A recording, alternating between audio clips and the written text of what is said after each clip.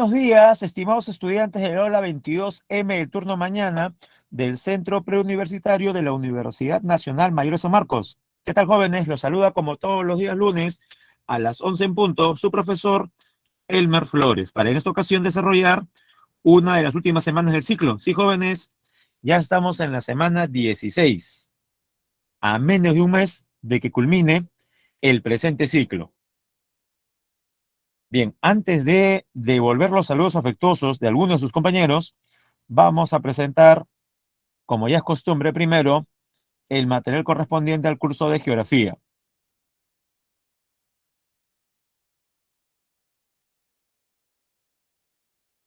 Mis jóvenes, un gran favor, me confirman cuando se pueda observar. El título principal es Organización Política y Administrativa del Territorio Peruano, seguido de descentralización, regionalización y oportunidades. Tercer punto, fronteras del Perú, límites y posibilidades de desarrollo. Y lo último, mar territorial del Perú y su defensa.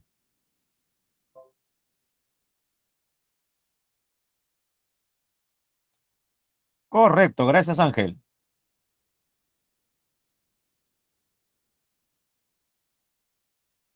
Bueno, como decía, saludamos a Milagros Neri y a Ángel Raúl.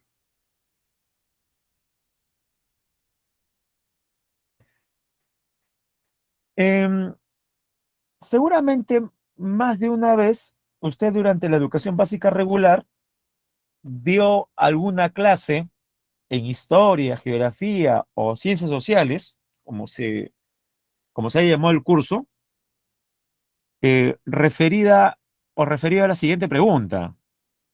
¿Cómo se divide políticamente el Perú? Y podría casi asegurar que muchos de ustedes escucharon esta respuesta. Luego les diré si es correcta o incorrecta. Acerca de que el Perú se divide en 24 departamentos y una provincia constitucional que es el Callao. A ver, jóvenes, exprésense vía chat. ¿Había usted escuchado esa respuesta? Que el Perú se divide en 24 departamentos y una provincia constitucional que es el Callao. A ver, Ángel nos dice que sí, Shari también, van dos. Alessandra tres.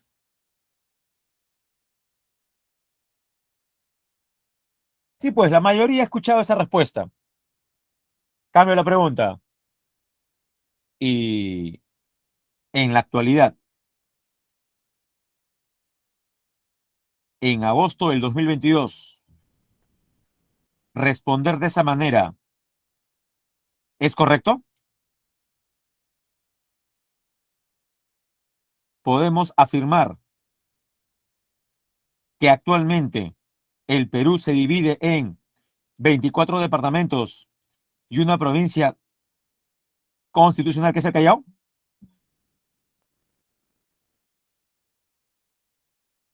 A ver qué dice la mayoría, ¿sí o no? Eso no es correcto.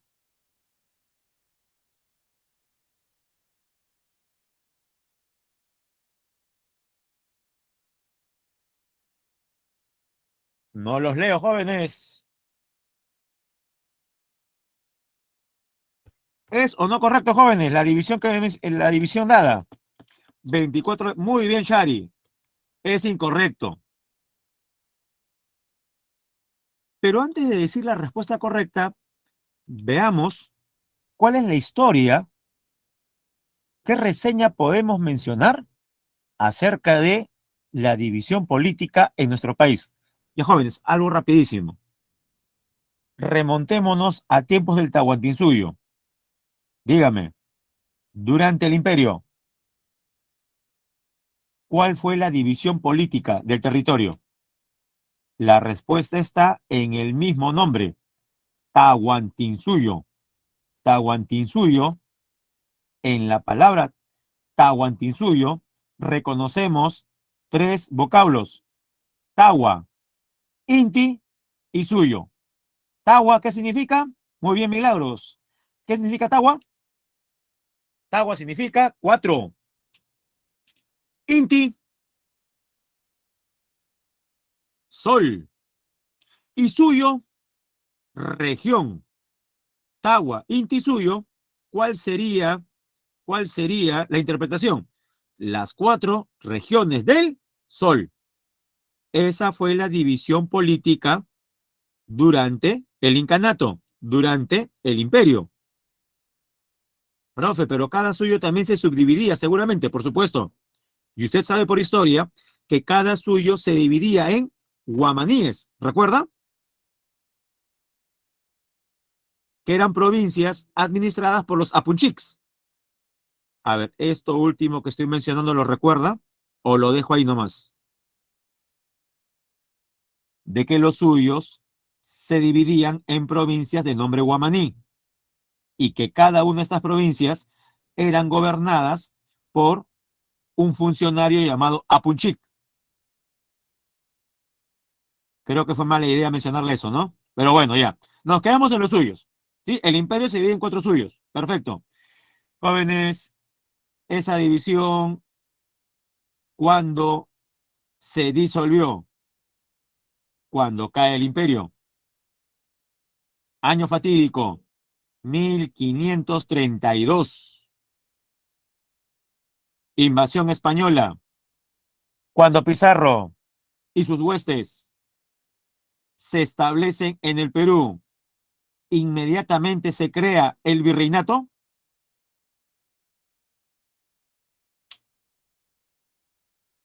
Con la llegada de Pizarro, inmediatamente se crea el virreinato. ¿Sí o no, jóvenes? No. El virreinato viene 10 años después. Entonces, en esos primeros años, ¿qué división había del territorio? Recuerde la capitulación de Toledo. Lo que fue el Tahuantinsuyo será dividido entre 2 personajes. Del Cusco hacia el norte para Pizarro, hacia el sur para Almagro. ¿Cómo se llamó el territorio que le correspondió a Pizarro?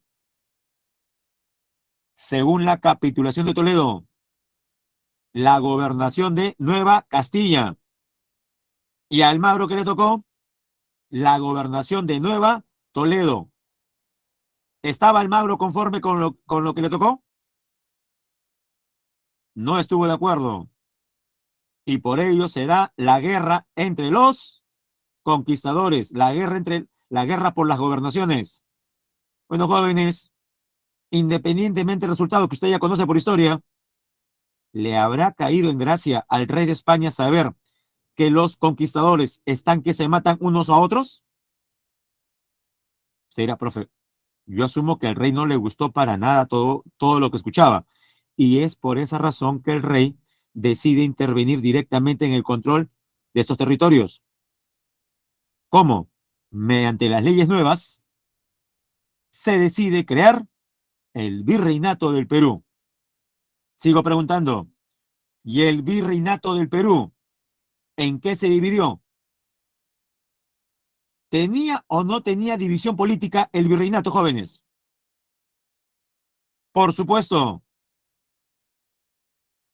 A ver, por orden, dígame. La división que más tiempo perduró en el virreinato fueron los corregimientos o las intendencias.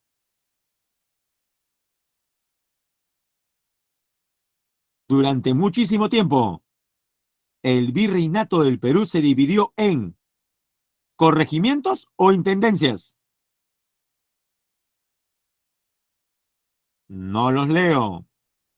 Les mencioné solamente 2 opciones que están sencillas. La mayor parte del virreinato fue su división en corregimientos. Correcto, Milaritos, en corregimientos. Luego, usted sabe por qué se eliminaron los corregimientos. A raíz de la rebelión de Túpac Amaru II. Una de las consecuencias de la rebelión fue la supresión de los corregimientos y su reemplazo por los corregimientos fueron reemplazados por las intendencias. Y son las intendencias las que van a llegar hasta nuestros tiempos, o mejor dicho, hasta la época de la independencia. Cuando el Perú se libera de España, va a tomar como referencia las intendencias, las 8 intendencias. Pero ya con el Perú libre, ya con el Perú independiente, no se puede llamar intendencias porque estas corresponden a una división colonial. Se les va a cambiar de nombre, pero van a seguir siendo 8 y luego 9. Las intendencias coloniales en el Perú republicano pasarían a ser 8 ¿qué? 8 departamentos. El Perú al inicio nace con 8 departamentos. ¿Qué pasó con los departamentos? ¿Se fusionaron o se dividieron? Para que finalmente de 8 terminen en 24, es porque comenzaron a dividirse. A lo largo de los 200 años de historia republicana, los 8 departamentos iniciales terminaron en 24 departamentos, siendo el último en ser creado Ucayali, en los años 80, hace más o menos 40 años. El departamento número 24 fue el de Ucayali. Y no olvide que a mediados del siglo XIX se le dio a una provincia del Perú una categoría especial por haber sido la única que avaló la constitución o una de las constituciones propuestas por Ramón Castilla. Como premio es que Castilla decide darle a esta provincia un carácter especial y pasará a llamarse como la provincia constitucional del, complete, la provincia constitucional del Callao. Y esa es la división que llegó a nosotros hasta hace algunos años, que el Perú se divide en 24 departamentos y una provincia constitucional. Jóvenes, ¿desde qué año, desde qué año esa división mencionada ya no es la oficial? Usted pensará seguramente, profesor, hace un par de años, me imagino, desde el 2002. Estamos 2022. ¿Cuántos años han pasado?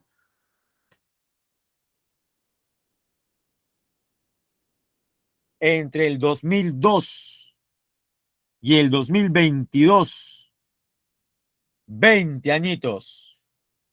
Jóvenes, se han pasado 20 años. Deberíamos entonces prácticamente todos saber inequívocamente cuál es la división actual. Porque jóvenes, si hubieran pasado solamente 2 añitos o 3, muchos dirían, profe, la costumbre todavía de la anterior división, me confundo. Pero creo que 20 años es un tiempo regular, ¿ah?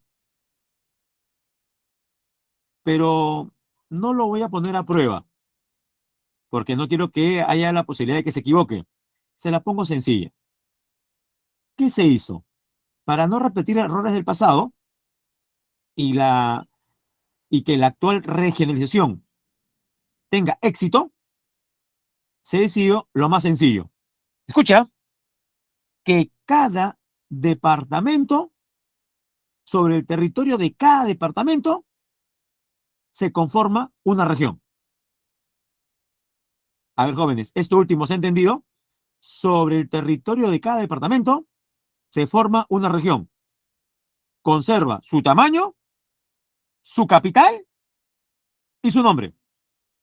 Entonces, los 24 departamentos pasan a ser 24 ¿qué? Si cada una conserva su tamaño. Muy bien, Ángel. 24 departamentos pasan a ser 24 gobiernos regionales, 24 regiones. Profe, no ha habido ningún cambio. Espere. Y la provincia constitucional del Callao también pasa a ser región. Profesor, pero es muy pequeña, no importa. A pesar de lo pequeño, tiene categoría de región. Si el Callao es una región más, en total, ¿cuántas serían? 24 más uno, ¿qué número nos da?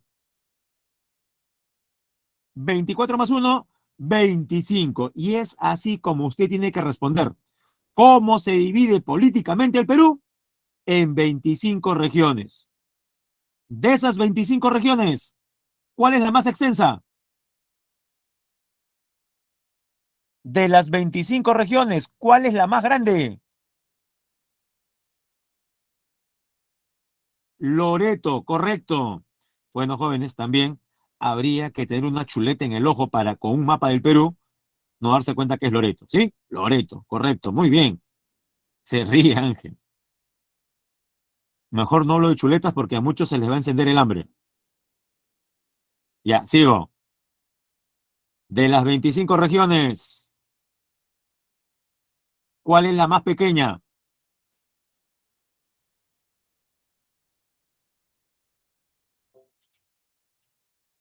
No diga Tumbes, ¿ah? Porque no lo es. De las 25 regiones, ¿cuál es la más pequeña? Aquellos que estaban escribiendo Tumbes, borren. Correcto, Ángel. De las 25, la más pequeña es la región Callao, que tiene el tamaño de una provincia. Es la única región que se ha conformado sobre un departamento o sobre una provincia. Sobre una provincia. Callao. Esas son las 25 regiones jóvenes. La más grande, Loreto, la más pequeña, Callao. Ah, y un dato más, antes que se me olvide. Y este es el gran cambio, ¿ah? Este es el gran cambio. Ustedes recuerdan que que un departamento se divide en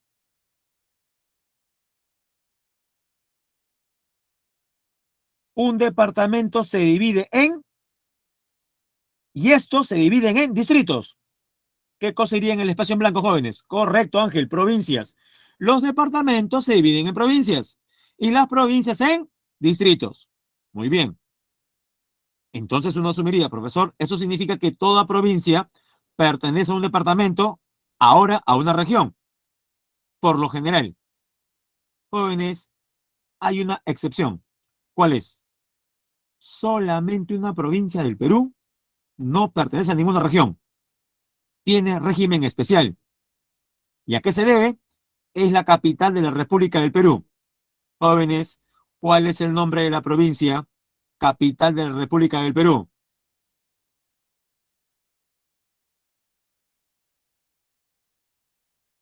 Lima, correcto, Carmen, muy bien.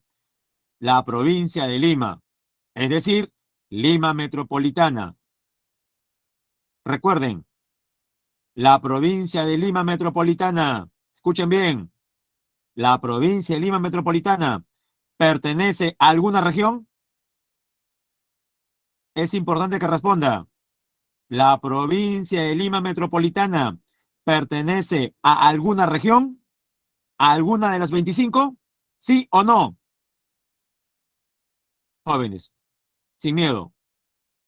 La provincia de Lima no pertenece a ninguna región, ni siquiera a la región Lima, ni siquiera a la región Lima. Y si la provincia de Lima no pertenece a la región Lima, la pregunta que uno se hace es, profesor, ¿y qué hay dentro de la región Lima?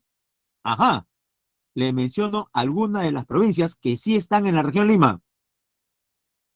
Huaral, Huaura, donde está Huacho, Barranca, Canta, Huarochirí, Cañete, Yauyos, Cajatambo y Ollón. ¿Había escuchado usted de alguna de esas provincias? Canta, Cañete, Huaral, Huarochirí, por supuesto. Profe, son las provincias que están fuera de Lima. Así es, están fuera de Lima. Como están fuera de la provincia de Lima, entonces pertenecen a la región Lima. Espero no estar confundiéndolos mucho, pero a ver, confiésese, ¿se ha entendido lo último que he explicado? Si alguien no ha entendido muy bien, dígalo ahora y lo vuelvo a explicar y lo refuerzo cuando tengamos la diapositiva con el mapa respectivo. Ahora estamos resolviendo esto en el aire, en forma abstracta, sin gráficos. Bueno, asumo que la mayoría entonces ha entendido, pero por si acaso hago una última explicación. Comienzo. El Perú se divide, a ver jóvenes, hagamos una retroalimentación. De nuevo.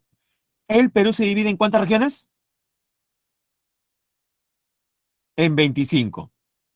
Dentro de esas 25, ¿está Loreto? Sí, es la más extensa. Dentro de esas 25, ¿está Callao? Sí, incluso es la más pequeña. Dentro de esas 25, por favor, escuche bien lo que estoy preguntando. Dentro de esas 25 regiones, ¿está la región Lima?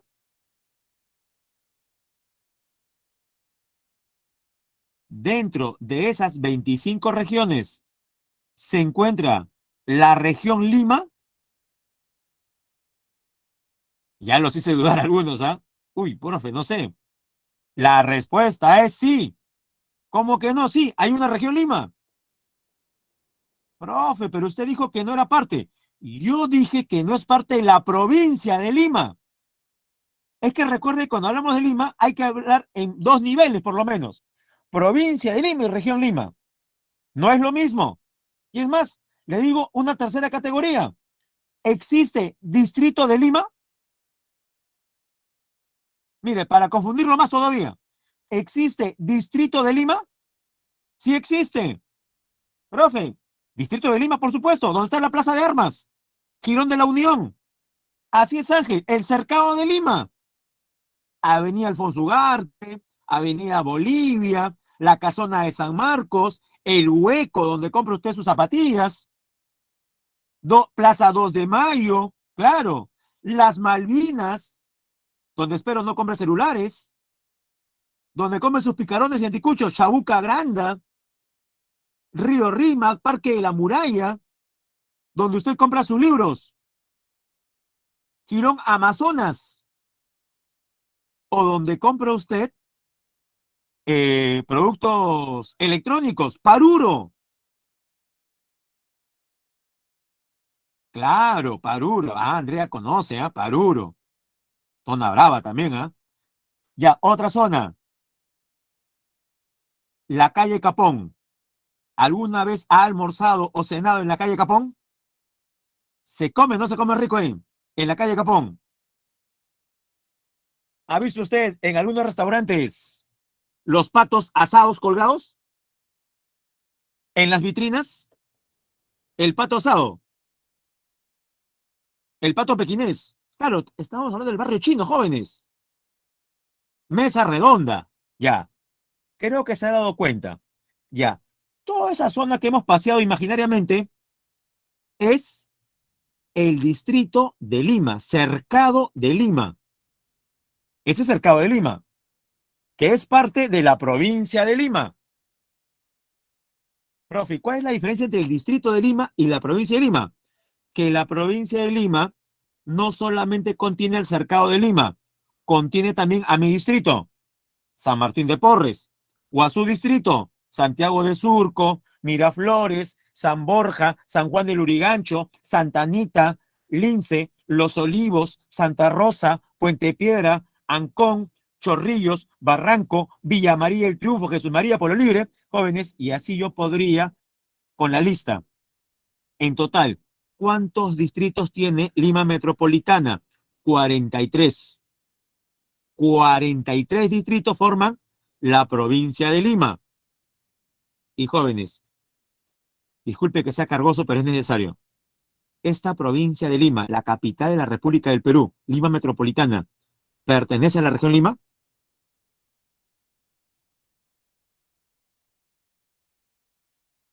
La provincia de Lima pertenece a la región Lima.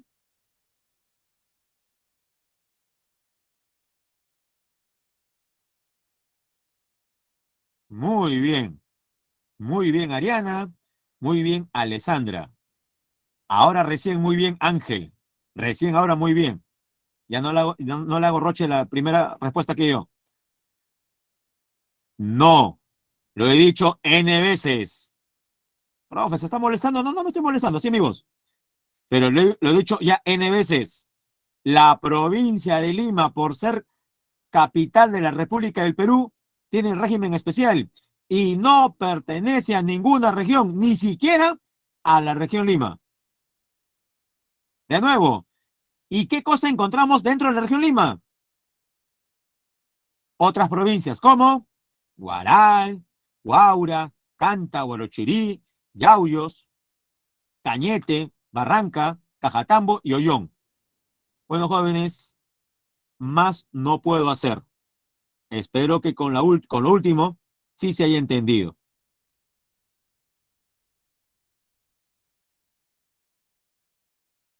Es más, si se da cuenta, ya no lo voy a preguntar si entendió o no entendió, porque ya me da miedo ya. Mejor prosigo.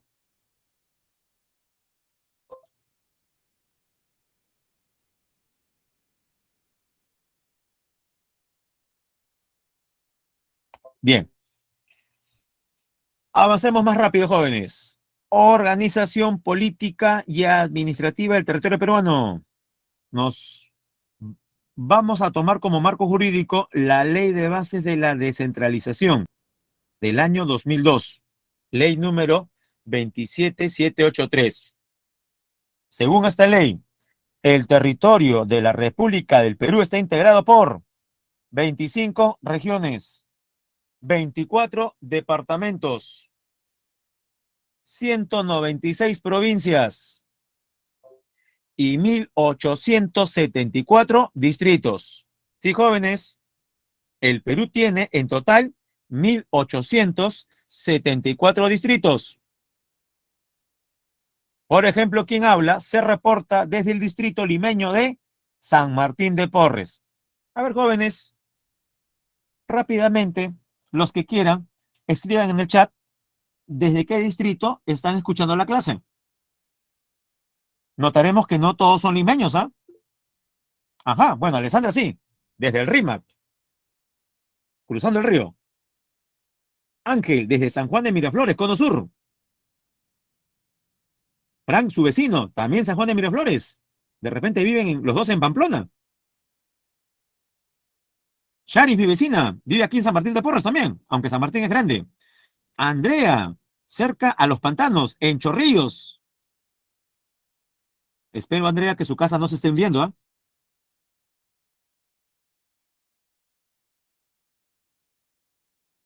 Andrea sabe a qué me refiero, por si acaso, pero Andrea sí conoce de casos de familias cuyas viviendas se están hundiendo. Rodrigo, desde San Juan del Urigancho.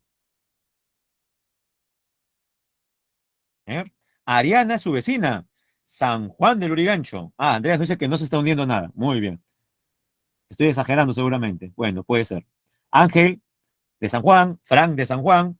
Charis, mi vecina. Andrea de Chorrillos, si no se hunde. Ya está. Ariana procede, al igual que Rodrigo, del distrito más poblado del Perú, San Juan del Urigancho. Muy bien. Entonces, todos los que se han expresado viven en un distrito de Lima Metropolitana. Viven en la capital. Sí, lo que pasa es que en la anterior clase teníamos a dos estudiantes que eran de Nueva Cajamarca, Ceja de Selva, y también, ¿qué distrito me dijeron?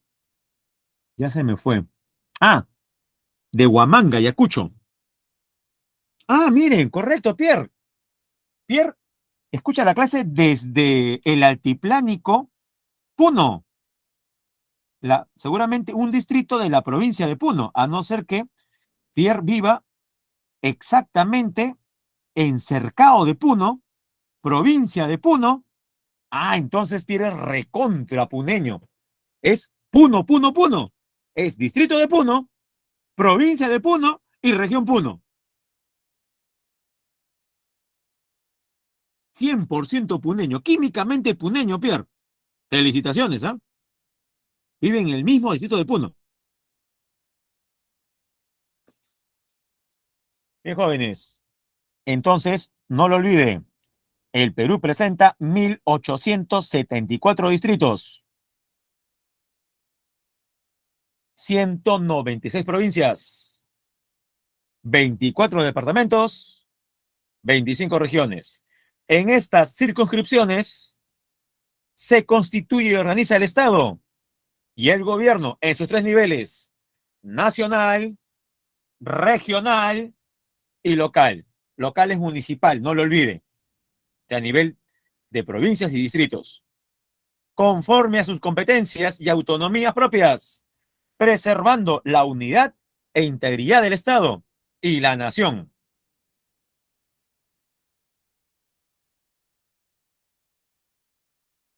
Seguimos.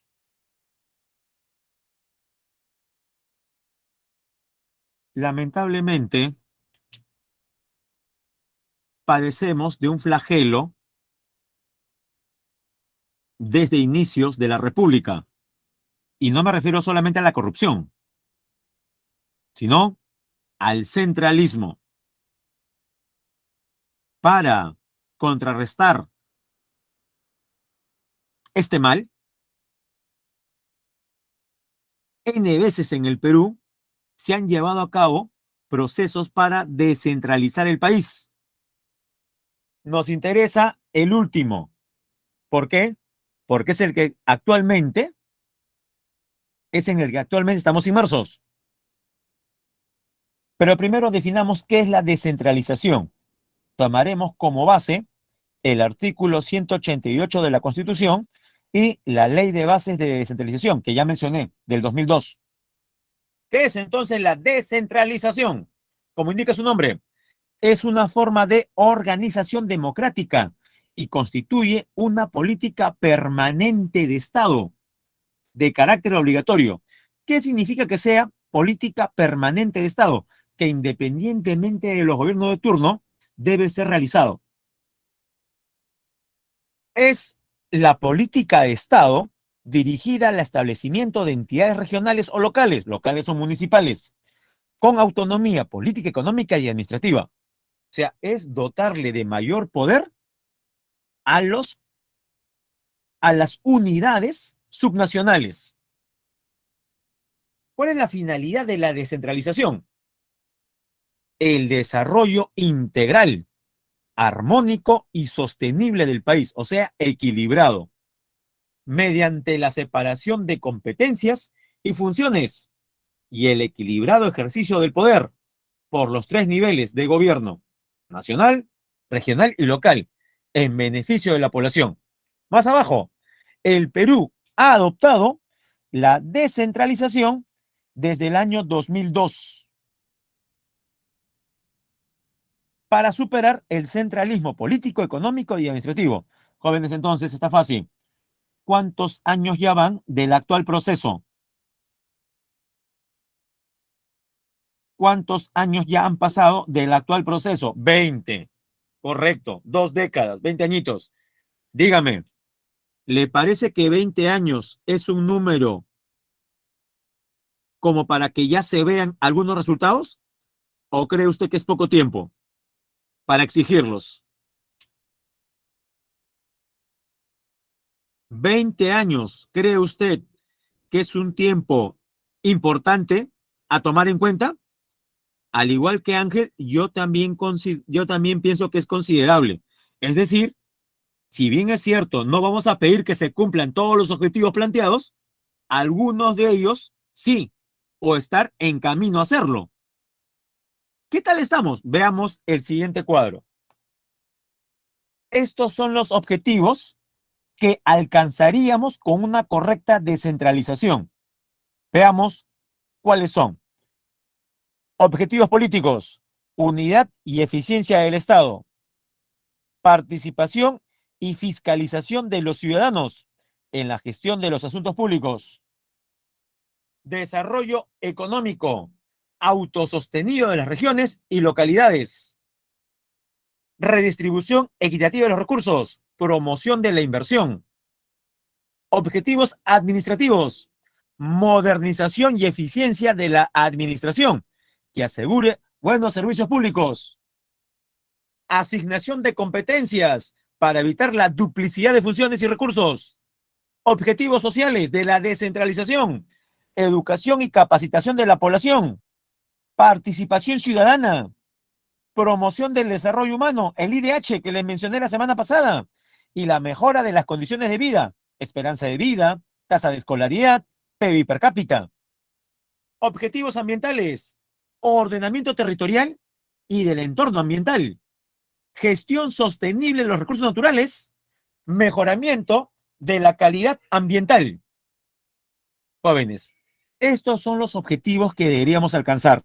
Repito, aquí nadie va a exigir que hayamos logrado el 100% de lo que se plantea en la diapositiva, pero también somos conscientes que 20 años es un tiempo considerable como para ver algunas cosas.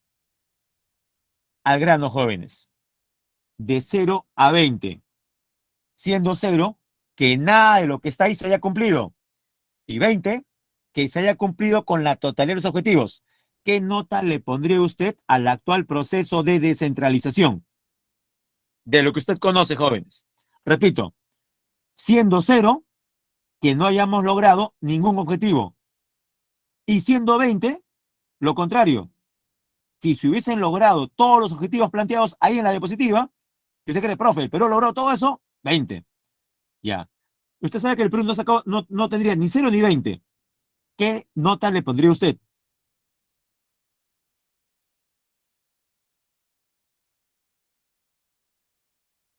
¿Alguien se atreve a poner nota? Rodrigo. Uy, Rodrigo está con el chicote en la mano, ¿eh? Pero está bien. Rodrigo dice, profesor, yo le pondría 0,3. ¿Ah? Bueno, hay razones para creerle, ¿ah? Andrea. Andrea es un poco más benévola. No, profe, ¿cómo lo baja con 0,3? Qué abusivo. 0,7. Ya, Andrea 7. A ver, Alessandra 0,5. Creo que algunos se están vengando de los que le hicieron en el colegio con, profe, igual que me pusieron cuando no presenté la tarea. No, mentira, mentira. 0,3, 0,7, 0,5. ¿Alguien más que quiera calificar al actual proceso de descentralización, tomando en cuenta lo que está, tomando en cuenta los objetivos que se pueden ver en la pantalla? Bueno, saquemos un promedio. 3 más 7, 10. Más 5, 15. Entre 3, 5. Como solamente 3 alumnos se atrevieron a contestar, sacamos un promedio con las notas dadas por los 3 compañeros, Rodrigo, Andrea y Alessandra. Promedio del aula 22M de la Presa Marcos, 0,5. No ustedes, sino es lo que ustedes evalúan con respecto al proceso de descentralización. Bueno, jóvenes, yo los entiendo, ¿ah? Porque usted lee los objetivos y usted dice, profesor, estamos lejos. ¿Qué dice saber social? Educación y capacitación de la población. Promoción del desarrollo humano. Ordenamiento territorial. Difícil, ¿no? Siguiente diapositiva.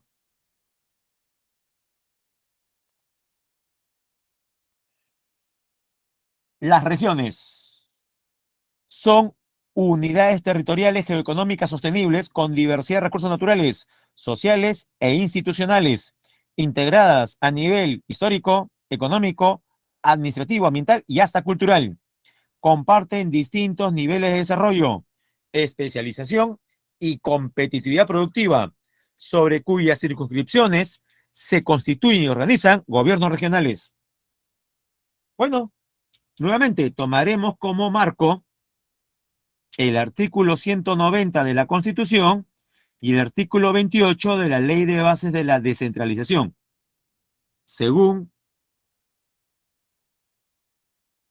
este marco jurídico, el Perú se divide en 25 regiones político-administrativas y aparte una provincia con régimen especial y un régimen especial para la provincia de Lima. Entonces ya sabe, el Perú se divide en 25 regiones y una provincia especial, que es la provincia de Lima. ¿Por qué es especial? Porque es la capital del Perú. Les dije yo que si alguien todavía tenía dudas de las diferencias entre provincia de Lima Metropolitana y la región Lima, con el mapa, estas iban a quedar totalmente absueltas.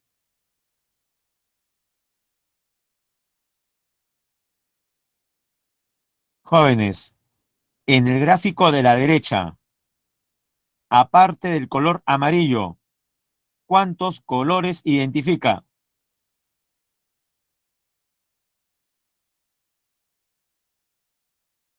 En el gráfico de la derecha, aparte del amarillo, ¿cuántos colores identifica? Así es, tres colores, el morado, el rosado y el verde. El color verde representa a Lima región o representa a la provincia de Lima.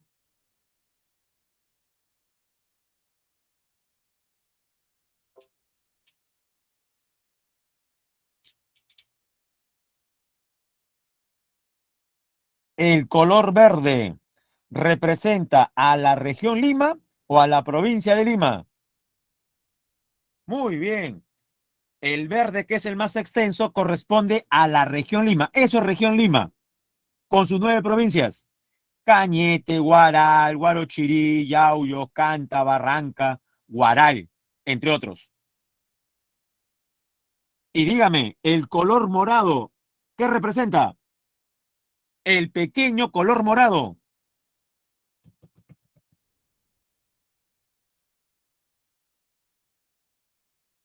Ángel dice que el morado representa a Lima Metropolitana.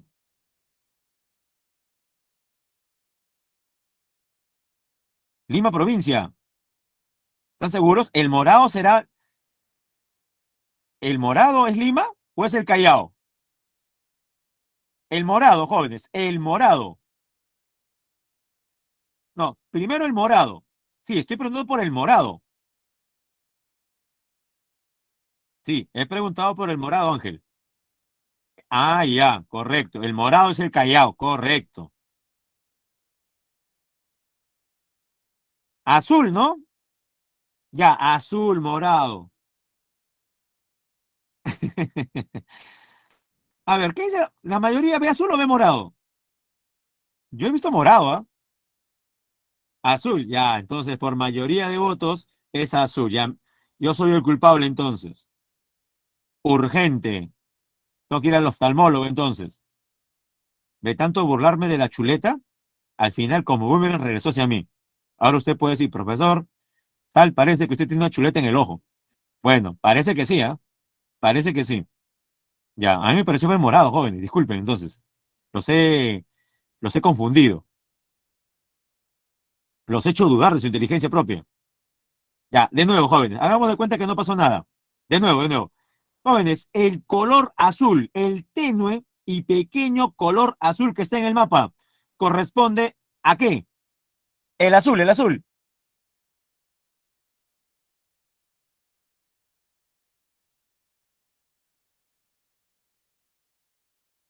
No los leo, jóvenes. El azul corresponde al Callao, a la región Callao. Y el rosadito,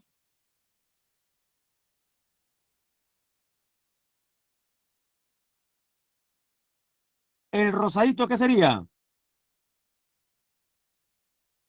Lima Metropolitana. Así es. Y dentro de ese rosadito están sus 43 distritos. Ahora sí, jóvenes, para pasar a la siguiente diapositiva, podemos entonces asegurar que en el aula 22M del turno mañana de la pre, todos los alumnos que están atentos a la clase y participan, ¿han entendido la diferencia entre provincia de Lima y región Lima? Ahora sí podemos afirmar categóricamente que se ha entendido o persisten algunas dudas todavía.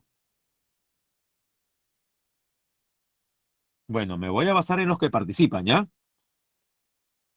Porque los que no participan, asumo que con su omisión están diciendo que sí entienden, pues. Así es, Ángel. La provincia de Lima es Lima Metropolitana. La provincia de Lima es Lima Metropolitana. Pero yo le aconsejo, estimado Ángel, que le llame provincia de Lima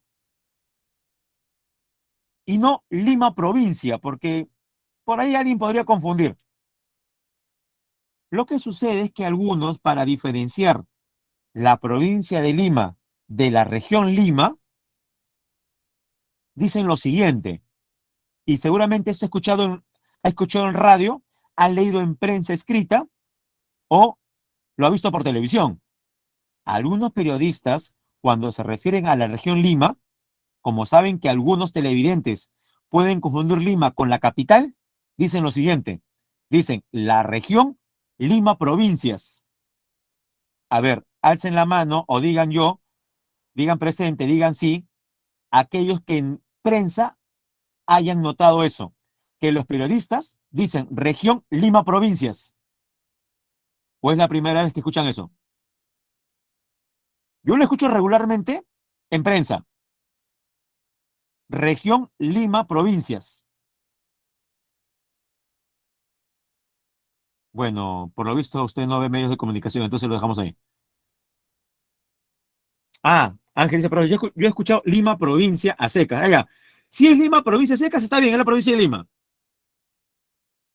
Pero como decía, hay algunos medios que dicen región Lima provincias. O sea, se refieren a la región Lima y sus 9 provincias.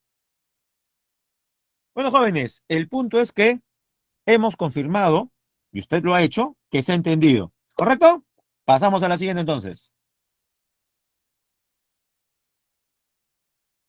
Ah, y una pregunta difícil. Esta sí es tranca. ¿Cuál es la capital de la región Lima?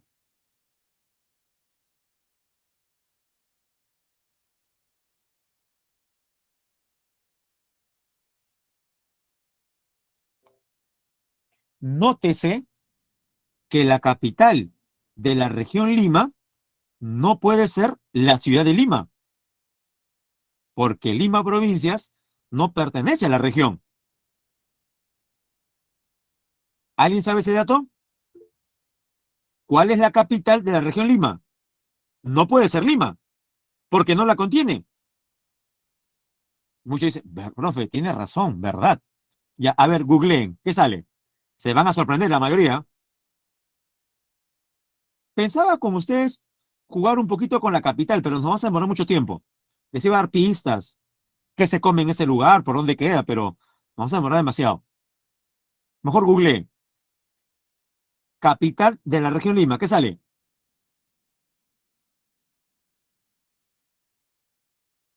Famosa ciudad del norte chico por sus salchichas. Creo que ya le dije la respuesta ya.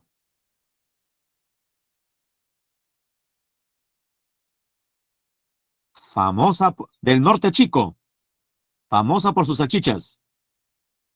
¿Acaso alguna vez en algún desayuno dominical, acompañando tamales y chicharrón, no ha degustado de un pan con salchicha guachana?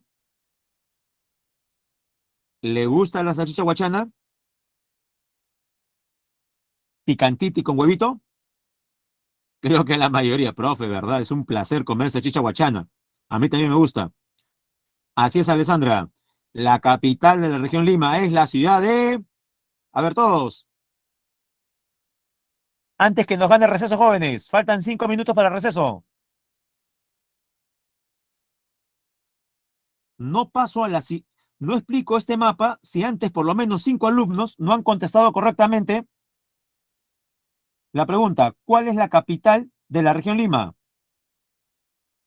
Ya. A ver, Pierre. Correcto, va uno. Alessandra, dos. Ángel, tres. Faltan dos respuestas. Ariana, cuatro. Y una más. Con 5 me conformo. A ver, ¿quién es un quinto alumno que Escribe en el chat la capital de la región Lima. Gracias, Rosmail. Suficiente, cerrado entonces. Huacho. La capital de la región Lima es Huacho. Pregunto, ¿y por qué no puede ser la provincia de Lima? ¿Por qué la capital de la región Lima no es la provincia de Lima? Porque la provincia de Lima no pertenece a ninguna región. Así es, Ángel, ni siquiera a la región Lima. Ahora sí, jóvenes, creo que ha quedado muy claro lo anterior.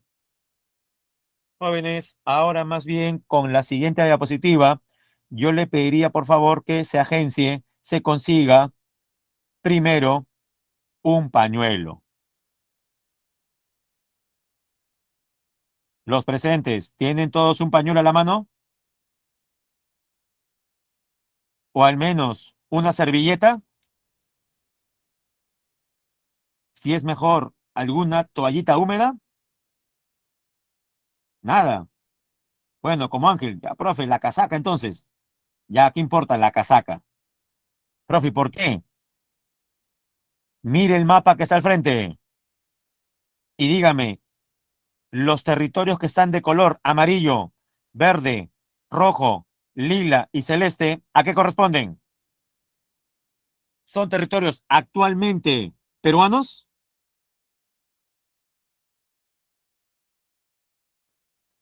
¿Esos diferentes territorios que están de color son actualmente peruanos? No. ¿Fueron peruanos? Sí. Cuando el Perú se independizó de España hace 2 siglos, está claro que teníamos mayor territorio. La pregunta es, ¿qué pasó? ¿Por qué tenemos el mapa que actualmente conocemos? ¿La causa solamente son las guerras perdidas? ¿Usted cree que la razón sean solamente guerras perdidas?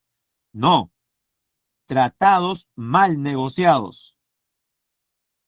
Por ejemplo, de los actuales 5 vecinos, solamente con un país no tuvimos guerra.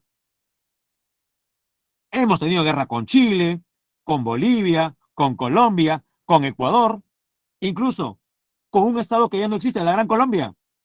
La primera guerra que tiene el Perú es con la Gran Colombia, de Bolívar. Pero no he mencionado un país. ¿Con qué país nunca hemos tenido conflicto bélico? Con Brasil, lo cual haría pensar a muchos, profesor, es que Brasil es nuestra chochera, pues, profe. Brasil es nuestro amigo, es nuestro aliado. Además, profe, ¿cómo vamos a hacer una guerra con un país que le gusta bailar samba, a la gente le gusta estar en la playa y jugar fútbol? Es un país pacífico. Ya, yo le pregunto, ¿es Brasil un país pacífico? Jóvenes, Brasil, desde sus inicios, ha tenido una expansión imperial. ¿Recuerda usted el Tratado de Tordesillas, que dividió los dominios de Portugal y España? ¿Recuerda el famoso mapa del Tratado de Tordesillas? Me imagino que la mayoría sí, profesor, ¿verdad? Usaron un meridiano que pasaba por Sudamérica y España y Portugal se partieron todo el mundo. Pregunto yo, ese meridiano que cruzaba Sudamérica cruzaba por una parte de Brasil. Usted ve en el mapa decía dominios de Portugal, actual Brasil. El Brasil que nace, ¿era pequeño o era grande? Cuando Brasil recién se libera de Portugal, ¿era pequeño o grande, jóvenes? Era bien pequeño. La pregunta es, ¿actualmente es pequeño o grande?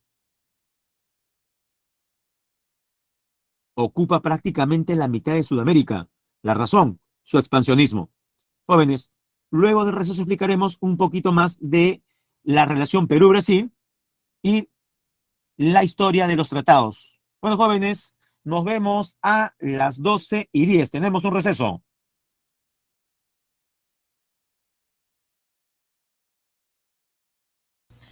Bien, jóvenes, regresamos. 12:10 en punto. Les había comentado que íbamos a rápidamente explicar el mapa que tenemos al frente. Con color celeste, los territorios cedidos a Ecuador.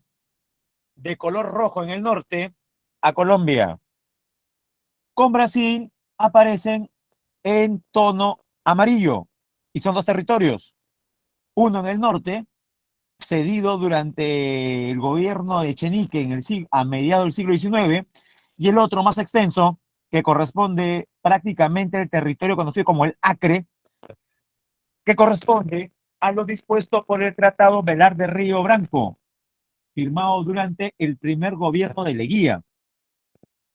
Al costado, de color verde, también correspondiente al primer gobierno de Leguía, territorios cedidos a Bolivia por el Tratado Polo Bustamante, y finalmente, en el sur, los territorios que obtuvo Chile a partir primero del Tratado de Ancón, que no se menciona, el Tratado de Lima y el acta de ejecución del Tratado de 1929. Bueno, jóvenes, hablaremos de cada frontera en este momento. Ya, ahí va. Frontera Perú-Ecuador. Tratados firmados con este país. El Protocolo de Paz, Amistad y Límites de Río de Janeiro, que puso fin o resolvió la frontera entre ambos países en el año 1942, un año después de la guerra. Acta Presidencial de Brasilia, segundo gobierno de Fujimori, 1998. Y durante el segundo gobierno de García, no fue necesario llegar a instancias internacionales, es decir, denunciar a Ecuador ante la Corte de la Haya, como sí hicimos con Chile. Simplemente los gobiernos de García por el Perú y Correa por Ecuador acordaron firmar un tratado de límites marítimos en el 2011. O sea, hubo una negociación. Línea de frontera. La frontera con Ecuador comienza desde Boca de Capones a orillas del Océano Pacífico, Tumbes, hasta el Talhuec del río Huepí con el río Putumayo. Eso es en Loreto. Longitud de frontera es la segunda más extensa de las cinco, 1.529 kilómetros. Destacan los siguientes accidentes: los ríos Sarumí y Tumbes, y en Amazonas, la Cordillera del Cóndor. Frontera marítima, ya mencionamos, el paralelo de Boca de Capones. Frontera Perú-Colombia, determinada por el Tratado Salomón Lozano, firmado durante el oncenio de Leguía. Línea de frontera, donde nos habíamos quedado, desde el Talhuec del río Huepí con el río Putumayo hasta la boca del río Yavarí en el Amazonas. Longitud, un poco menos que la longitud con Ecuador, 1.506 kilómetros. Destacan los ríos Putumayo y Amazonas, principalmente el Putumayo. Frontera Perú-Brasil, tratados en el siglo XIX, Herrera da Ponte Ribeiro, gobierno de Chenique. Velar de Río Branco, primer gobierno de Leguía, el que duró 4 años. Línea de frontera, desde la boca del río Yavarí en el Amazonas hasta la boca del río Yaverija en el Acre. Longitud, la más extensa de todas, 2.822 kilómetros. Destacan los ríos Yavarí, Purus y Acre. Frontera Perú-Bolivia. Tratado Polo Bustamante de 1909. Primer gobierno de Leguía. Recuerde que el primer gobierno de Leguía solamente fue de 4 años y se dio entre 1908 y 1912. Lo del oncenio viene después. Línea de frontera. Desde la boca del río Yaverija en el Acre hasta el último hito marcado con Chile. El hito número 80. Meseta de Ancomarca. Longitud, 1.047 kilómetros. Destacan como accidentes los ríos Hit, eso es por Madre de Dios, y por Puno, Suches y Desaguadero. Recuerda que el Suches es un afluente de Titicaca y el Desaguadero un efluente. Y por último, la frontera más pequeña, Perú-Chile, determinada Todos recordamos el Tratado de Ancón, firmado para finalizar la guerra en 1883, que dispuso la cesión perpetua de Tarapacá y la cesión por 10 años de Tacna y Arica, luego de los cuales debía realizarse un plebiscito, es decir, una consulta popular, para que los habitantes determinen en ambas provincias a qué país deseaban pertenecer.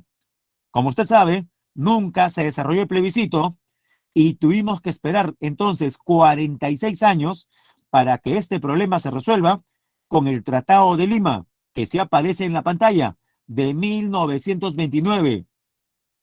Estamos hablando de finales del oncenio. Pero muchas cosas de este tratado no se cumplieron. Por eso hubo que esperar 70 años para recién, durante el segundo gobierno de Fujimori, en 1999, se firmase el acta de ejecución del tratado de 1929.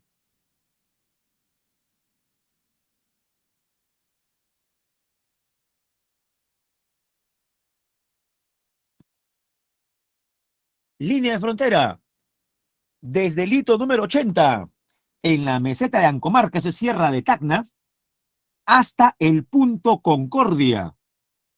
Longitud, la menor de todas, 169 kilómetros. Destaca como accidente la cadena denominada Sierra de Guaylillas. Frontera marítima. Recordemos que la frontera marítima entre Perú y Chile fue determinada no por un tratado negociado entre ambos países, sino por una resolución de la Corte Internacional de Justicia de las Naciones Unidas, también conocida como la Corte de la Haya. Esa que dispuso que la frontera sea una línea que se proyecta desde el hito número 1 de la Concordia, desde la marea baja, hasta las 80 millas marinas, a partir de las cuales se marcaría una línea equidistante a las costas de ambos países. Esto lo veremos mejor con un mapa después. La frontera como factor de desarrollo e interacción. Uno menciona el término frontera y piensa en la palabra separación, cuando no debería ser así. La frontera peruana no constituye solamente la línea que delimita la soberanía nacional, sino es un espacio de interacción y actuación compartida con los vecinos. Es el escenario, la frontera, donde se desarrollan dinámicos procesos sociales, culturales y económicos, donde intervienen no solo personas y organizaciones públicas y privadas peruanas, sino también de los países vecinos. Existen tres categorías de espacios fronterizos. La más pequeña, área de frontera. La mediana, que es el nexo entre las dos, entre las tres, zona de frontera. Y la más extensa, región fronteriza. Hablemos de la más pequeña, el área de frontera. ¿Qué es el área de frontera? Es la manifestación tangible del fenómeno fronterizo a escala local. Es lo que usted observa cuando cruza la frontera. Características. Por ejemplo, en el área de frontera se da el funcionamiento de los pasos de frontera. También contiene los servicios vinculados a ellos, como control y registro de tráfico, infraestructura y servicios complementarios como cambio de moneda, telecomunicaciones, guarnición militar, puesto de vigilancia policial. En la imagen, en la foto, el puesto de vigilancia fronterizo de la Policía Nacional del Perú, Santa Rosa. A ver, jóvenes, los que tienen vista de halcón, en la foto de la derecha, nota usted las siglas P, V, F, PNP. ¿Logra usted leer en la pared, debajo de la primera ventana, esas letras? Ángel sí. ¿Los demás también? P, V, F, PNP. Jóvenes, está fácil. ¿Qué significará PVF? PVF. Puesto de vigilancia. ¿Y la F de qué será? Puesto de vigilancia. Ajá, fronterizo. ¿De quién? De la Policía Nacional del Perú. O sea, en la frontera, en el área de frontera está presente tanto el ejército como la policía. El ejército con su guarnición militar y la policía con su puesto de vigilancia.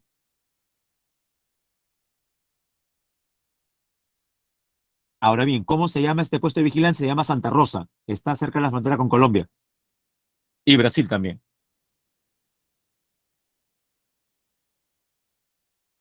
Zona de frontera. Es un espacio más extenso que el área de frontera, donde existen centros urbanos. O sea, en la zona de frontera ya hablamos de ciudades, hablamos de provincia, dotados de equipamientos básicos que faciliten la ejecución de acciones de desarrollo, ofreciendo soporte al área de frontera. Constituye, por lo tanto, un nexo entre el área de frontera y una región política. En la imagen, la Municipalidad Provincial de Sullana, que es una provincia fronteriza, en Piura. Y por último, el espacio fronterizo más extenso, que coincide con las unidades subnacionales de mayor tamaño, es decir, las regiones. La región de frontera es el ámbito subnacional de programación y gestión del desarrollo. Coincide con los límites de las unidades político-administrativas mayores, es decir, las regiones. Sus rasgos esenciales son vinculación entre sus habitantes, organización de actividades regionales, integración con el exterior e interior, dinamismo. Ahora hay que diferenciar dos conceptos que se complementan: desarrollo e integración fronteriza. ¿Qué es el desarrollo? Es el proceso necesario e impostergable de incorporación de las fronteras al patrimonio activo del país mediante iniciativas, acciones, estrategias nacionales llevadas a cabo por entidades públicas y privadas, orientadas a objetivos y estrategias integrales de desarrollo de una manera sostenida. Ejemplo, la noticia que vemos a la derecha: Boca toma La Palma en Tumbes, potenciará cultivos de pequeños productores. Por ejemplo, apoyar a la población fronteriza con obras de irrigación. ¿Qué es, en cambio, la integración fronteriza? Es el proceso orgánico acordado por dos estados en sus espacios fronterizos colindantes, cuyo objeto es promover el desarrollo sobre la base del aprovechamiento complementario, o sea, los dos, de sus potencialidades, recursos, costos y beneficios compartidos. Al costado, ejemplo, el proyecto especial binacional, porque involucra a dos países: Puyango-Tumbes, proyecto entre Perú y Ecuador. Y no olvide que la integración fronteriza no es posible sin el desarrollo fronterizo. Y lo último, jóvenes, nuestro mar territorial, al cual también llamamos, en honor a nuestro máximo héroe, ¿mar de qué? Al mar peruano también le llamamos mar de Grau. Jurídicamente le decimos mar territorial. ¿Qué dice el artículo 54 de la Constitución? Dice: el dominio marítimo del Estado peruano, se entiende, comprende el mar adyacente a sus costas, así como su lecho y subsuelo, hasta la distancia de, escríbalo por favor, que nunca se le olvide, según nuestra Constitución, ¿cuánto es el ancho de mar peruano que tenemos? ¿Cuántas millas de soberanía son las que ejercemos? 200. Medidas desde la costa. Profe, ¿no dice eso? Bueno, ya, dice medidas desde las líneas de base, o sea, desde la costa. En su dominio marítimo, el Estado ejerce soberanía y jurisdicción.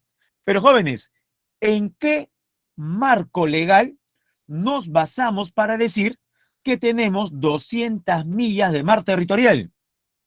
Son dos. Primero, y esto es obra del expresidente José Luis Bustamante Rivero, que el 1 de agosto de 1947, mediante el Decreto Supremo número 781, presentó los pilares, los principios por los cuales afirmamos que tenemos 200 millas de mar territorial, 200 millas de soberanía. Más conocido este conjunto de ideas como tesis de las 200 millas. Esta tesis de las 200 millas, que corresponde a la legislación peruana, fue ratificada y complementada 5 años después con un documento internacional suscrito por los gobiernos de 3 países, Perú, Chile y Ecuador. También proclamaron 200 millas, Chile y Ecuador. ¿Cómo se llama este documento? Declaración de Santiago. Pero jóvenes, siempre hay amenazas. Seguramente usted ha escuchado hablar de la Convención de las Naciones Unidas sobre el Derecho del Mar, más conocida por las siglas CONVEMAR, o si gusta, le decimos la Convención del Mar, como usted quiera. Nombre largo, Convención de las Naciones Unidas sobre el Derecho del Mar. Más corto, Convención del Mar. En siglas, CONVEMAR. Pregunto, ¿sabía usted de la existencia de la Convención del Mar? No me responda si es bueno, si es malo, si es adecuado, inadecuado, correcto, incorrecto, que el Perú se incorpore o no. Simplemente responda, ¿sabía usted de la existencia de la Convención del Mar? Los leo, jóvenes.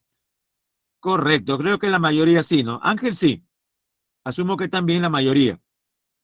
La Convención del Mar. ¿De qué trata? A ver, datos sobre la Convención del Mar. Fue aprobada en 1982, o sea, hace 40 años, y entró en vigor en 1994. Ha sido firmada hasta la fecha por 168 países, o sea, la mayoría. Podríamos afirmar que prácticamente el 75% del mundo ya la firmó. Es un tratado multilateral auspiciado por Naciones Unidas que establece un exhaustivo régimen de ley y orden en los océanos y mares del mundo, emanando reglas que rigen todos los usos posibles de los océanos y sus recursos. En otras palabras, es algo así como una constitución de los mares de peso internacional. Agrupa en un solo instrumento las reglas tradicionales para los usos de los océanos y al mismo tiempo introduce nuevos conceptos jurídicos y regímenes y aborda nuevos retos. Ya, hasta aquí. ¿Debería el Perú adherirse y cumplir la Convención del Mar? ¿Qué dice la mayoría? Antes que responda sí o no, veamos qué es lo que dispone la CONVEMAR. La CONVEMAR señala que todo Estado tiene derecho a establecer el ancho de su mar. Si lo dejamos ahí, es algo positivo para el Perú. Y más bien uno reclamaría, profesor, nos hemos quedado. La Convención del Mar, entonces, afianza nuestra tesis. Siga leyendo. A establecer el ancho de su mar territorial hasta un límite que no exceda de, escríbalo usted en números. Según la Convención del Mar, el ancho de un estado litoral como el Perú no debería pasar de ¿cuántas millas? Escríbalo, por favor. Vamos a esperar que al menos 3 personas también escriban, ¿ah?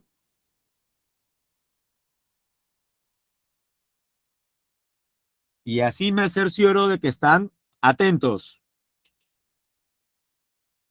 y no haciendo otras cosas. Gracias, Carmencita. Gracias, Ángel. A ver, un compañero más. Según la Convemar, el ancho no debe pasar de ¿cuántas millas?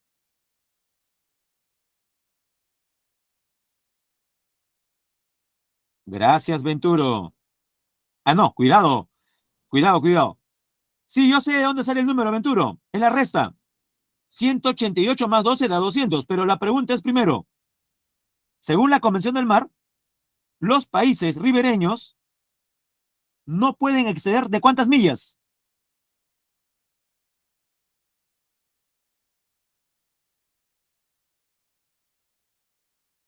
De 12 millas. Si el Perú se adhiere a la Convención del Mar, y ahí sí sería correcta su respuesta, Venturo, ¿cuántas millas perderíamos? Si el Perú se adhiere a la Convención del Mar, ¿cuántas millas de mar territorial perderíamos? Bueno, la resta. Jóvenes, ¿cuánto le falta a 12 para hacer 200? ¿Cuánto le falta a 12 para hacer 200? 188. Profe, es bastante. Pero Naciones Unidas tiene algo especial para esas 188 millas. Sigue leyendo. La Convemar establece que cada país puede tener una zona económica exclusiva de 188 millas. Ahí está la resta. En la que tendría derecho a explorar, explotar, conservar y administrar los recursos naturales. Si lo dejamos ahí, lo mismo. Muchos dirían, profesor, entonces, ¿qué esperamos para firmar la Convención del Mar? Nos conviene, porque según la Convención del Mar, las 188 millas restantes van a seguir estando prácticamente bajo nuestro usufructo, porque podemos explorar, explotar, conservar y administrar. Entonces, hay que firmarlo. Ya, lea la última línea. ¿Qué más dice? Más no ejercer, o sea, pero no ejercer soberanía territorial. En otras palabras, el Perú puede aprovechar los recursos, pero, pero, esas 188 millas tienen soberanía territorial. El Perú ejercería soberanía territorial en esas 188 millas. Ya no. Conclusión. ¿Conviene o no firmar la Convención del Mar, jóvenes? No conviene.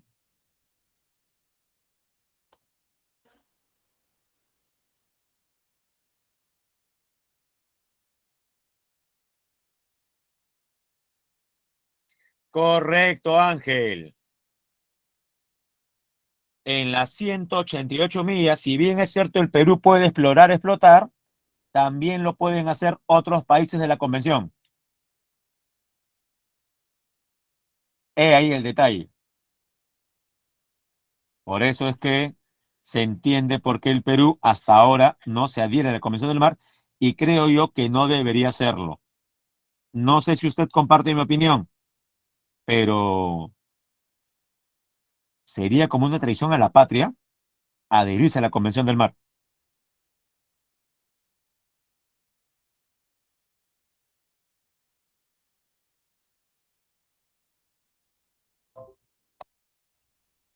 Y lo último, hasta hace algunos años tuvimos un problema con Chile que no aceptaba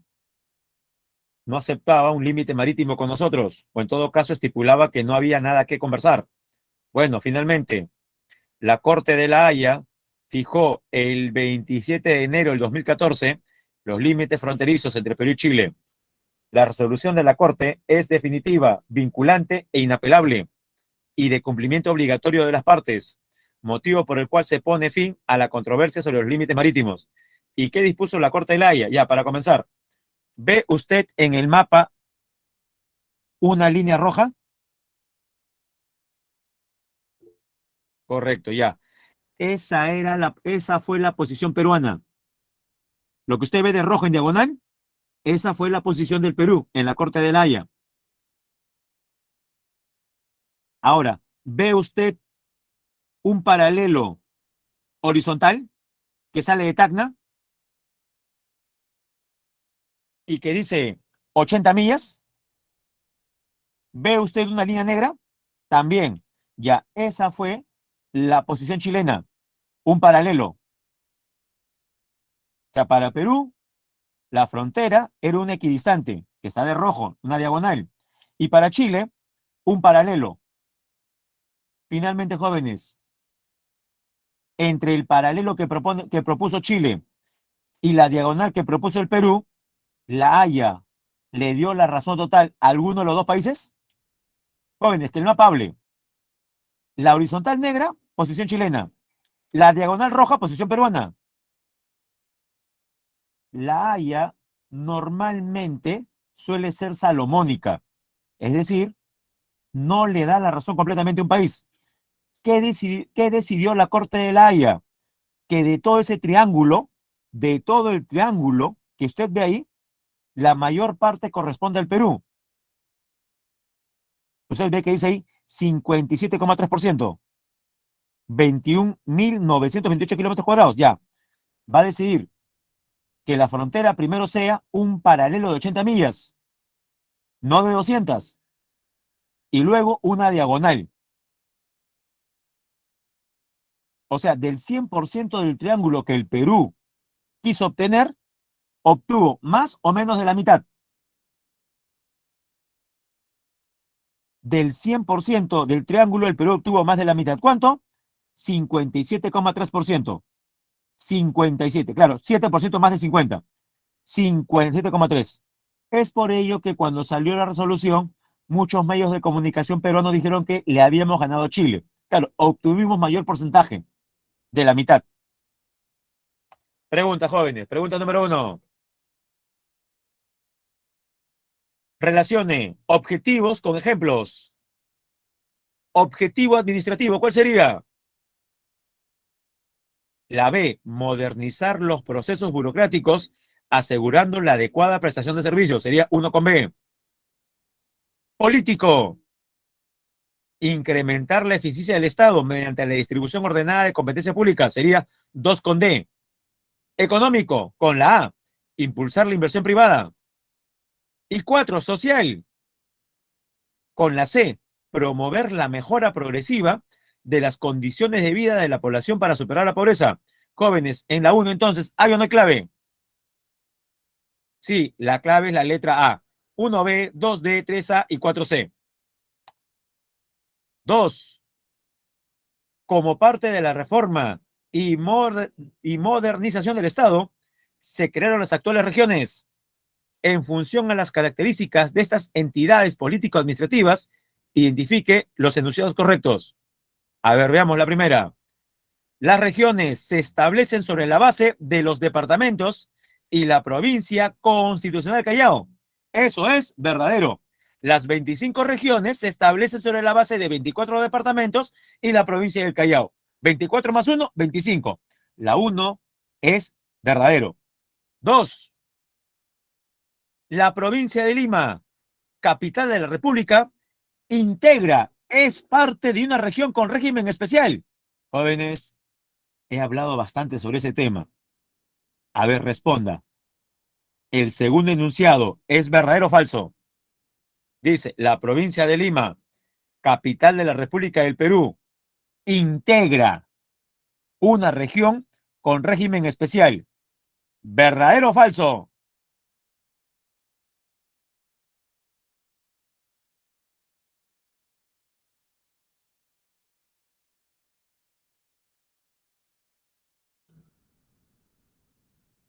Jóvenes, la segunda, ¿es verdadero o falso? Ángel dice que es verdadero. ¿Alguien más? El segundo enunciado, ¿es verdadero o falso? Dice, la provincia de Lima integra una región con régimen especial. Cuidado que no está diciendo que la provincia de Lima tenga régimen especial, ¿ah? No dice eso. Dice, la provincia de Lima integra, o sea, es parte de una región con régimen especial. Jóvenes, lo hemos dicho un montón de veces. ¿La provincia de Lima pertenece a alguna región?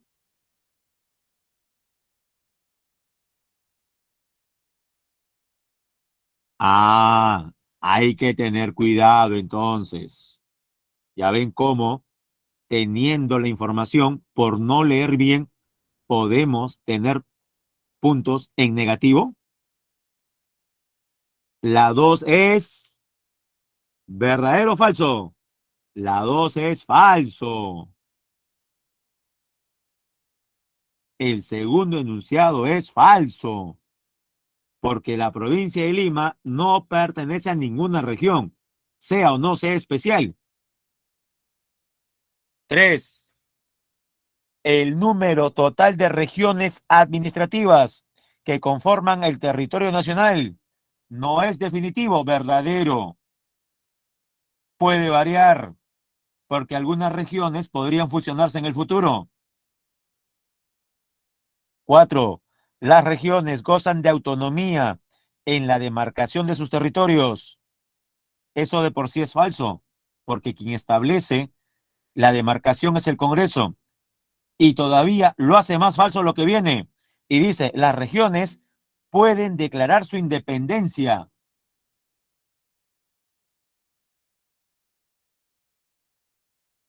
Falso. Entonces, jóvenes, ¿hay o no hay clave? Sí, aquella que diga que las claves correctas son uno y 3. Si las claves correctas son uno y 3, ¿cuál es la letra que debemos marcar? La B, correcto, la B. Sigamos.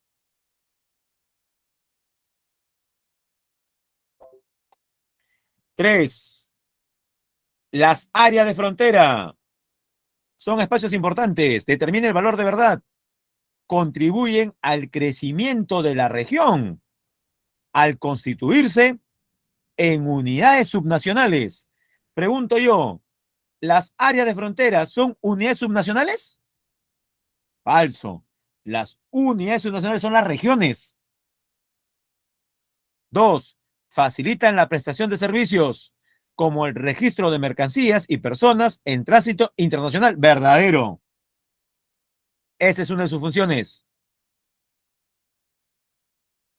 3. Albergan núcleos urbanos y articulan la zona de frontera con las regiones de frontera. Falso. Las áreas de frontera no albergan núcleos urbanos. La zona sí. Y 4. Alojan pequeñas guarniciones militares que vigilan la integridad del territorio nacional. Verdadero. La clave en la 3 sería la letra D. Falso, verdadero, falso, verdadero. Y la última. Sobre el mar de Grau y sus límites. ¿Qué es correcto? Se estableció con la suscripción del Tratado de Lima y su acta de ejecución. Falso. El Tratado de Lima y el acta de ejecución posterior corresponden a la frontera terrestre con Chile. 2. Los límites por el sur se resolvieron en la Corte de La Haya. Verdadero. 3. La demarcación del Mar de Grau fue finiquitada con la adhesión del Estado peruano a la Convención del Mar. Falso. El Perú no se ha adherido a la Convención del Mar, ni debería hacerlo. Y 4. Por el norte, los límites se establecieron a través de un proceso de negociación. Eso es verdad. Entre Perú y Ecuador hubo un proceso de negociación para fijar los límites marítimos.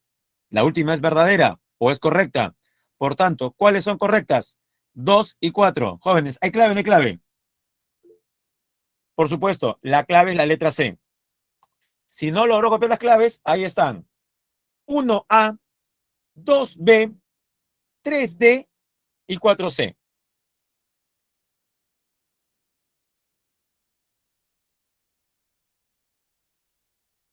Vamos ahora a presentar nuestro material de educación cívica.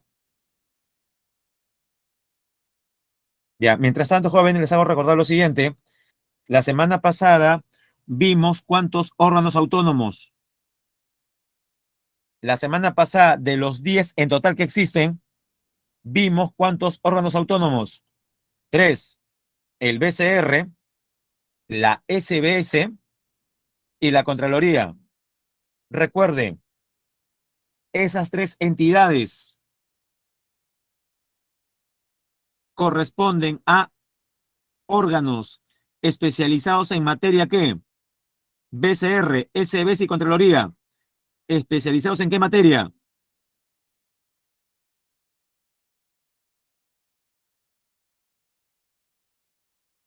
En materia económica, muy bien. Especializados en materia económica.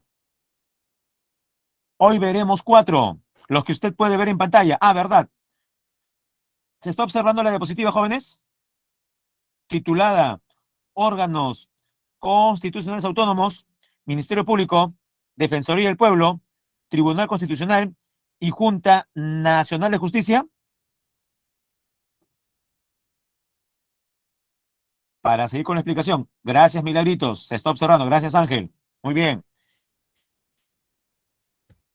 Estos cuatro organismos están, en cambio, especializados en qué materia: económica, jurídica o electoral.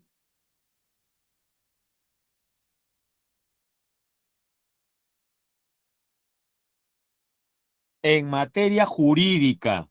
Excelente, jóvenes. Ahora sí, hablemos de cada uno. Ministerio Público, organismo autónomo del Estado que se encuentra integrado al proceso de administración de justicia y a la defensa de los derechos legales y constitucionales de la sociedad. Cuando uno habla de proceso de administración de justicia, piensa solamente en el Poder Judicial. Pero jóvenes, nos olvidamos que también cumple una labor muy importante en la justicia, la que realizan los fiscales. Los fiscales son los que conforman el Ministerio Público. Es más, al Ministerio Público también se le conoce como Fiscalía de la Nación.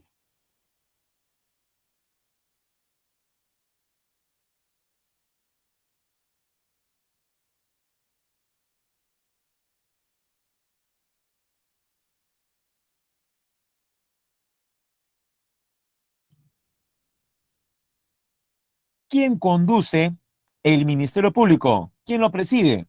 ¿El fiscal o la fiscal de la Nación? En este caso, la fiscal, la doctora Liz Patricia Benavides Vargas.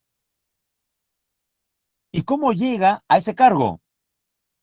El fiscal o la fiscal de la Nación es elegido o elegida por la Junta de Fiscales Supremos. Su cargo dura 3 años, pero puede ser prorrogable o sea extendido 2 años más por reelección. Funciones de la Fiscalía de la Nación: promueve la acción judicial en defensa de la legalidad, o sea que se respete el Estado de Derecho. 2, vela por la independencia de los órganos jurisdiccionales, es decir, de los diferentes niveles del Poder Judicial, y la recta administración de justicia. 3, representa a la sociedad. Nosotros somos parte de la sociedad en los procesos judiciales. Jóvenes, espero que usted nunca esté inmerso en un proceso judicial, pero uno nunca sabe. Profe, pero tomando en cuenta la inseguridad, sí es probable que alguno de nosotros sea parte de un proceso judicial como víctima, claro, como denunciante. Si usted es víctima de un robo y se logra atrapar al ladrón, pregunto yo, ¿corresponde o no que se realice un juicio al respecto? Por supuesto, juicio en el cual seguramente usted, como persona agraviada, va a participar y va a asistir. Dígame, usted como persona agraviada que quiere que se cumpla justicia y se castigue a ese ladrón,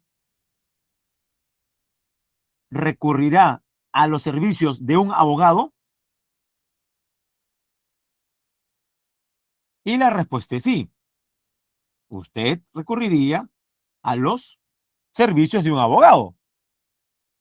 El abogado tratará por todos los medios de convencer al juez para que le dé la máxima pena al ladrón. Pero dígame, ¿acaso en los juicios no está presente también el fiscal? Y dígame, ¿el fiscal suele estar a favor de la víctima o del delincuente? En un juicio, ¿usted con quién más cuenta a favor, aparte de su abogado que usted le está pagando? Usted como víctima cuenta también con el apoyo del fiscal. Y usted dirá, profesor, pero yo no he contratado al fiscal. ¿Por qué el fiscal está presente en los juicios? Si yo ya tengo mi abogado y suficiente con mi abogado para meter preso a ese delincuente. ¿Saben por qué está presente el fiscal? Por más que usted no lo haya contratado, porque usted es parte de la sociedad. O sea, usted en ese juicio está representando a todos los peruanos que son víctimas de robos. Y como la idea es que eso no se vuelva a repetir, el fiscal eh, también colabora para que el delincuente pase los años que tiene que estar en la cárcel. Él es el que investiga, es el que busca las pruebas y es el que hace la denuncia y pide también reparación civil. Entonces ya sabe, el fiscal representa a la sociedad en los juicios. 4. Conduce desde su inicio la investigación del delito. Los jueces no investigan. Los que investigan son los fiscales desde el inicio. Por tanto, decimos, tiene el monopolio de la acción penal pública. Además, propone la reparación civil. Profe, ¿qué pasa si el fiscal investiga y no encuentra pruebas contundentes? No le queda otra que archivar el caso. Y al revés, ¿qué pasa si el fiscal consigue testimonios, videos, audios, donde se demuestra fácticamente la culpabilidad de los delincuentes? Pregunto yo, ¿archivará o denunciará? Si usted fuera fiscal y tiene pruebas de peso, objetivas, fácticas, ¿qué hace? ¿Archiva el caso o hace la denuncia? Lógico, profe, yo denuncio y así debería ser. Eso es el fiscal, denuncia. Pero pregunto yo, ¿lo que denuncia el fiscal, lo que pide el fiscal en años de cárcel, es lo que se tiene que cumplir? Si un fiscal pide 10 años de prisión para un delincuente, ¿obligatoriamente eso se va a dar? No, porque finalmente, ¿quién decide cuántos años se va a la cárcel? O peor todavía, también puede decidir la inocencia del acusado, determinar la inocencia o culpabilidad. ¿Corresponde al juez o al fiscal? Al juez. Esa es la gran diferencia entre la labor de un fiscal y un juez. Jóvenes, ¿se entendió? Yo sé que lo expliqué muy rápido, pero ¿se ha entendido lo más importante entre una labor y otra? Espero que sí. Muchas de las confusiones radican en que ambos, tanto fiscales como jueces, son personas versadas en qué carrera, egresadas de qué carrera, en derecho, ¿correcto? Pero son diferentes acciones las que toman. Los fiscales investigan y denuncian. Los jueces resuelven si es culpable o es inocente. Penúltimo, los fiscales ejercitan la acción penal de oficio o a petición de parte. Profe, no entiendo cómo es eso. Ya. ¿Qué pasa si una persona es víctima de violencia física y hace la denuncia en la fiscalía más cercana y a partir de esa denuncia, el fiscal decide investigar el caso. En el ejemplo dado, la acción del fiscal sería de oficio o a petición de parte. Cuando hay una demanda previa, cuando el agraviado ha hecho la denuncia en la fiscalía, lo que haga el fiscal después de la denuncia sería, correcto, Ángel, a petición de parte, porque había una denuncia. Pero usted sabe que hay un montón de gente que no denuncia, a pesar que es víctima de violencia, no denuncia. Profe, pero es parte de su derecho no denunciar, puede ser. Pero ¿qué pasa si la agresión, que no es denunciada, es captada por cámara de vigilancia? Y en esta se nota claramente el rostro del agresor. Incluso también hay audios donde se escucha la forma en que se dirige a la víctima. Pregunto yo,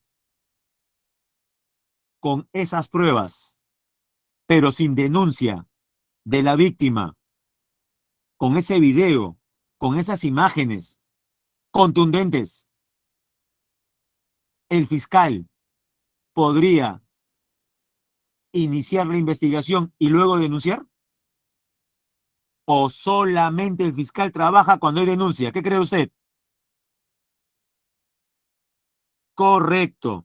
Y cuando el fiscal decide, sin que haya denuncia, pero basándose en pruebas como cámaras de video, hacer la investigación, diríamos que está actuando de oficio o a petición de parte. De oficio, correcto. Hay dos formas, de oficio o a petición de parte. Y lo último, la fiscalía emite dictámenes previos a las resoluciones judiciales en los casos que la ley contemple. Vamos al tercer organismo, Defensoría del Pueblo. Actualmente, ¿quién ejerce la Defensoría del Pueblo? Actualmente tenemos una defensora, Eliana Rebollar Añaños. Es la actual defensora del pueblo. ¿Qué es la Defensoría del Pueblo? Es un órgano autónomo y colaborador crítico del Estado que actúa con autonomía respecto a cualquier poder público o privado en nombre del bien común, o sea, el bienestar general y en defensa de los derechos de la ciudadanía. Cumple una función mediadora en la medida que actúa con la finalidad de llegar a una solución justa para el Estado y el particular, o sea, las personas, pero por sobre todo para estos últimos, las personas particulares. Sobre el defensor del pueblo, preside la Defensoría del Pueblo. Es elegido y removido por el Congreso de la República con el voto de los 2/3 de su número legal, o sea, por lo menos 87. El cargo dura 5 años, goza de inmunidad y no está sujeto a mandato imperativo. No desempeña funciones de juez o fiscal, ni sustituye a autoridad alguna. Funciones de la Defensoría del Pueblo, funciones del defensor del pueblo. Defiende los derechos constitucionales y fundamentales de la persona y la comunidad. Supervisa el cumplimiento de los deberes del Estado. Supervisa la adecuada prestación de los servicios públicos a la ciudadanía. Así que ya sabe, si hay un problema con la distribución del agua potable en su vecindario, podría usted acudir a la Defensoría del Pueblo. Tercer organismo, el TC, el Tribunal Constitucional, órgano supremo de interpretación y control de la constitucionalidad. Es decir, si existen diferentes pareceres o interpretaciones sobre lo que significa un artículo de la Constitución, y para un grupo de congresistas significa A y para otro significa B, Entonces, ¿quién debe en esos casos expresarse al respecto? El Tribunal Constitucional, máximo intérprete de la Constitución. Se le ha confiado la defensa del principio de supremacía constitucional, es decir, como supremo intérprete de la Constitución, lo que mencioné. ¿Cómo funciona el tribunal? Bueno, el máximo nivel en el Tribunal Constitucional es el Pleno, conformado por 7 miembros elegidos por el Congreso de la República por un periodo de 5 años. Los 7 miembros del TC, los 7 magistrados, gozan de inmunidad y no están sujetos a mandato imperativo. No hay reelección inmediata. Funciones del TC. Conoce en instancia única la acción de inconstitucionalidad, porque recuerde que son 6 garantías.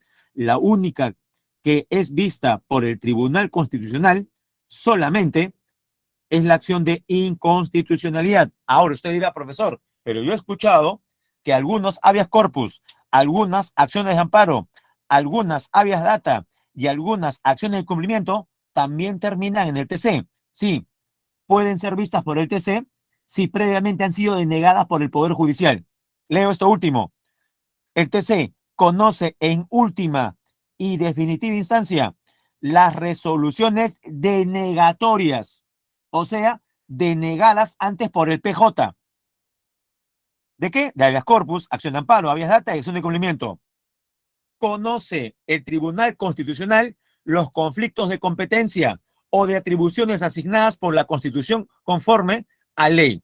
Es decir, si un poder del Estado, se me ocurre el poder ejecutivo, tiene problemas para interpretar cierta ley o cierto artículo de la Constitución y hay algún tipo de controversia con otro poder del Estado, digamos, para el Poder Ejecutivo significa X y para el Congreso significa Z. ¿Quién tiene que dirimir ahí y decir la forma correcta de interpretar dicho artículo es de la siguiente manera? Es el Tribunal Constitucional. Y por último, la Junta Nacional de Justicia. Ah, aquí nos menciona Ángel acerca de un concepto mucho más técnico, que es el control difuso. Bueno, recuerden lo siguiente. Vamos a poner un ejemplo. ¿Recuerdan que Vizcarra fue aplaudido por la mayor parte de la población peruana cuando disolvió el Congreso? ¿Recuerdan esa parte cuando Vizcarra disolvió el Congreso? Creo que la mayoría recuerda eso, ¿no? Perfecto, ya. La pregunta es, ¿los congresistas disueltos aceptaron la disolución? No. Es más, hasta ahora siguen diciendo que fue golpe de Estado. Hasta ahora dicen que es golpe de Estado. Entonces, para los congresistas fue un golpe de Estado. Para Vizcarra, en esos tiempos presidente del Perú, fue de acuerdo a la Constitución. La pregunta es, en casos como ese, ¿el Tribunal Constitucional debería dar una respuesta al respecto? Sí. El problema es que lo dio después de 3 o 4 meses, cuando la situación ya se había enfriado. Y en febrero, a pocas semanas del inicio de la pandemia y el encierro general en el Perú, recuerde, el Tribunal Constitucional de esa época sí dio una respuesta. A ver lo que recuerdan. Para el Tribunal Constitucional, la disolución del Congreso realizada por Vizcarra fue o no constitucional. ¿Qué fue? ¿Fue o no constitucional? Para el TC sí fue constitucional. Es decir, formalmente hablando, no fue golpe de Estado. Profe, pero para mí sí fue. Bueno, para usted. Pero en estos casos debemos aceptar lo que dice el Tribunal Constitucional. Es el máximo ente. Y jóvenes, termino con la JNJ, órgano autónomo encargado de la selección y nombramiento de los jueces y fiscales. salvo cuando estos provengan de elección popular. Nos referimos a los jueces de paz. Se rige por ley orgánica. Composición. Está conformada por 7 miembros titulares seleccionados mediante concurso público. Está prohibida la reelección. Sus miembros, sus 7 miembros, gozan de los mismos beneficios y derechos y están sujetos a las mismas obligaciones que los jueces supremos. Funciones: nombrar a jueces y fiscales, ratificar a jueces y fiscales, aplicar sanción de destitución a jueces de la Corte Suprema y fiscales supremos, resolver en última y definitiva instancia las impugnaciones interpuestas en los procesos disciplinarios seguidos contra jueces y fiscales, extender a los jueces y fiscales el título que los acredita y también nombrar, ratificar y destituir a los jefes de la OMPE y el RENIEC. Y jóvenes, rápidamente, pregunta número 1, clave la letra D. Sobre el Ministerio Público, ¿qué es correcto? 3 y 4. 3, representa a la sociedad en los procesos judiciales. Y 4, el fiscal de la Nación tiene competencia para interponer la acción de inconstitucionalidad. 2,